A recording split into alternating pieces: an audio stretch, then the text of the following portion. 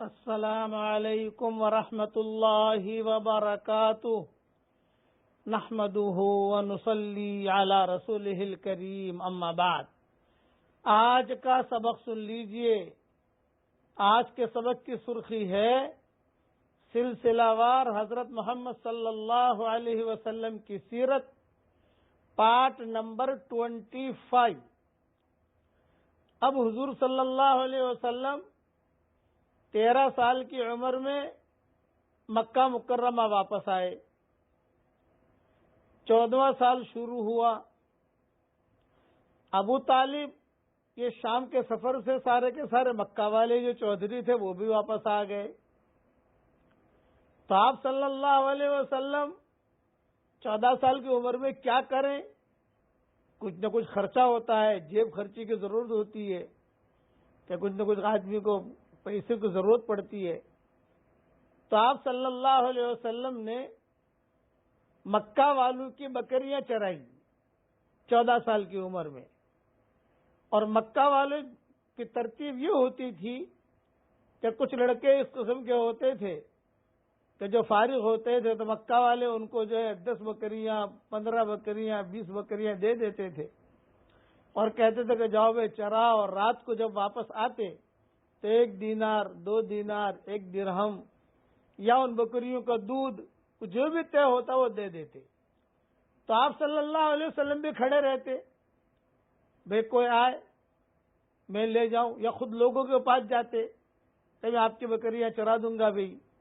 تو معاملہ ہوتا، تو معاملے بارگیننگ کے اندر بھاؤتاؤ کرتے ہیں، بھئی 500 روپیہ کہنے میں تو 300 دوں گا، میں تو 200 دوں گا۔ آپ نے کبھی بارگیننگ نہیں کی، بھئی میں آپ کی بکریاں چرا دوں گا، آپ کو جو دینا ہو دے دینا، نہ دینا ہو مت دینا۔ تو یہ اس اعتبار سے اب آپ کا یہ جوانی کے دن عروج پر آ رہے ہیں۔ کبھی کسی سے لڑائی نہیں کی حضور صلی اللہ علیہ وسلم نے۔ ہاں اس وقت میں عربوں میں جو لڑائیاں ہوتی تھی آپس میں، چونکہ ابھی اسلام تو آیا نہیں تھا، 14 سال کی عمر ہے، تو اپنے چچاؤں کے ساتھ حضور صلی اللہ علیہ وسلم حرب الفجار حرب الفضول میں شریک ہوتے تھے۔ بس اتنا کام کرتے تھے کہ چچاؤں کے ساتھ شریک ہو گئے اور کبھی تیر اٹھا کے دے دیا، لیکن کسی کو مارنا، کسی کو برا بھلا کہنا، یہ چیز حضور صلی اللہ علیہ وسلم نہیں کرتے تھے۔ اب خرچہ بڑھا تو عبداللہ ابن جدعان ایک آدمی تھا جو حضرت عائشہ کا چچا زاد بھائی تھا، اور حضرت عائشہ اس کو پہچانتی بھی تھی۔ حضرت عائشہ تو یہ پیدا ہوئی نہیں ہے، حضرت عائشہ کو پیدا ہونے میں تو کافی دن باقی ہے، لیکن مسلم شریف کی حدیث میں یہ ہے کہ وہ عبداللہ ابن جدعان حضرت عائشہ کا چچا زاد بھائی تھا۔ اس کا مکان کافی بڑا لمبا چوڑا تھا اس دور کے اعتبار سے، بنگلہ تو نہیں کہیں گے، لیکن یہ کہ اس کی دیواریں اچھی تھی، آدمی جو ہے اس دیواروں میں گرمی میں سائے میں کھڑا ہو جائے۔ تو حضور صلی اللہ علیہ وسلم جب بکریں چرا کر آتے اور خوب گرمی ہوتی تو عبداللہ ابن جدعان کے مکان کے قریب میں وہیں جو ہے ٹھہر جاتے سائے کے اندر، کہیں سے پانی مل جاتا تو پانی پی لیتے، بکریوں کو بھی کھڑا کر دیتے۔ یہ تو حضور صلی اللہ علیہ وسلم کو عبداللہ ابن جدعان کا نام معلوم تھا۔ جب حضور صلی اللہ علیہ وسلم کو نبوت ملی، حضرت عائشہ سے نکاح ہوا، تو عبداللہ ابن جدعان بہت معروف آدمی تھا اور حضرت عائشہ کا چچا زاد بھائی تھا، قریبی رشتہ دار تھا۔ تو ایک مرتبہ حضرت عائشہ نے حضور صلی اللہ علیہ وسلم سے پوچھا کہ حضرت آپ تو جو ہے یہ عبداللہ ابن جدعان بہت سخی آدمی تھا، مکان بھی بڑا تھا، لوگوں کو جمع کرنا، لوگوں کو کھلانا، پارٹیاں کرنا، کسی کی لڑائی ہوئی ہو تو اپنے گھر بلا کر صلح کرا دینا، پیسہ دے دینا، یہ سارے کام کرتا تھا، اور آپ بھی اس کے لگن میں اس کے سائے میں یعنی باہر کھڑے رہتے تھے۔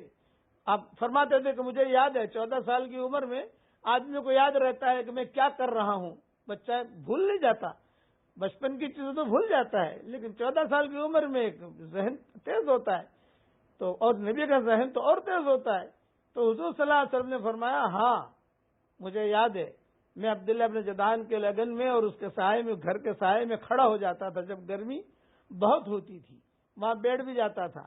تو حضرت عائشہ نے ایک سوال کیا کہ حضرت یہ میرا چچا زاد بھائی تھا، تو کیا اس نے بہت خیر کے کام کیے ہیں، تو اس کو مرنے کا تو مر گیا وہ آدمی، تو مرنے کے بعد اس کو بدلہ ملے گا؟ یہ مدینہ منورہ میں سوال کیا جب حضور کو نبوت مل گئی۔ تو آپ نے فرمایا کہ لا، نہیں، اس لیے کہ کبھی بھی اس نے اپنی زبان سے جملہ نہیں کہا رب اغفر لی خطیئتی یوم الدین، یہ جملہ کبھی نہیں کہا کہ اے پروردگار میرے خطاؤں کو تو معاف فرما. یہ جملہ کہتا، معافی مانگتا تو اللہ اس کو معاف کر دیتا. بقیہ تفصیل کل پوری کروں گا. اب یہی جملہ میرے ساتھ پڑھ لیجئے، رب اغفر لی خطیئتی یوم الدین. یہ مانگتے رہنا چاہیے یہ دعا، اے ہمارے اللہ ہمارے خطاؤں کو یوم جزا میں معاف فرما دیجئے، حشر کے میدان میں معاف فرما دیجئے. اب یہ 14 سال کی عمر تک پہنچا ہوں، بقیہ تفصیل کل پوری کروں گا انشاءاللہ. حضور صلی اللہ علیہ وسلم کی سنتوں پر چلنے کی اللہ ہم سب کو توفیق عطا فرمائے. آمین. وآخر دعوانا ان الحمدللہ رب العالمین.